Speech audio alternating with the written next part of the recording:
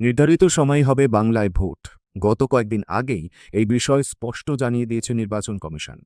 তবে কবে ভোট ঘোষণা হবে তা নিয়ে রয়েছে জল্পনাও। রবিবার কমিশনের বৈঠক স্থগিত রাখা হয়েছিল, তবে মঙ্গলে দফায় দফায় বৈঠক। নির্ধারিত সময়েই বাংলায় ভোট হবে? গত কয়েকদিন আগেই এই বিষয় স্পষ্ট জানিয়ে দিয়েছিল নির্বাচন কমিশন। তবে কবে ভোট ঘোষণা হবে তা নিয়ে রয়েছে জল্পনা।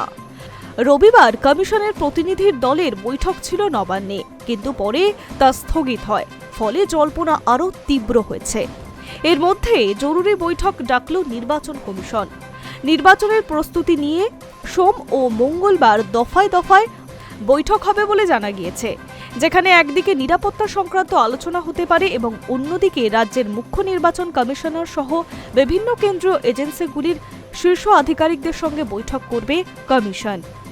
সোমবার সকাল 11টা থেকে শুরু হবে বৈঠক। প্রথম ধাপে কমিশনার, আইজি, ডিআইজি, জেলা শাসক এবং জেলার পুলিশ সুপারদের সঙ্গে বৈঠক করবে কমিশন।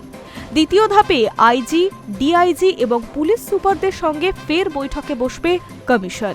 মূলত নিরাপত্তা নিয়ে এই বৈঠক হতে পারে বলে খবর। ইতিমধ্যেই বাংলায় পৌঁছে গিয়েছে 240টি কোম্পানির কেন্দ্রীয় বাহিনী। শুরু হয়েছে রুট মার্চ। তা নিয়ে বিস্তারিত আলোচনা হতে পারে। তবে বৈঠক হবে মঙ্গলবার।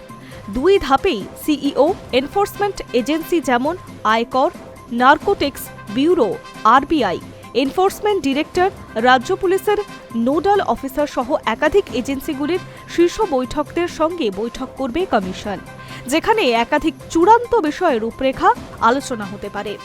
এর আগের সূচি অনুযায়ী রবিবার কমিশনের ডেপুটি ইলেকশন কমিশনার প্রায় 8 জন আধিকারিক পশ্চিমবঙ্গে আসার কথা ছিল। সোমবার জেলা নির্বাচন আধিকারিক ও পুলিশ সুপারদের সঙ্গে বৈঠক করার কথা ছিল, কিন্তু নবান্নের অনুরোধে পুরো বিষয়টা স্থগিত হয়ে যায়।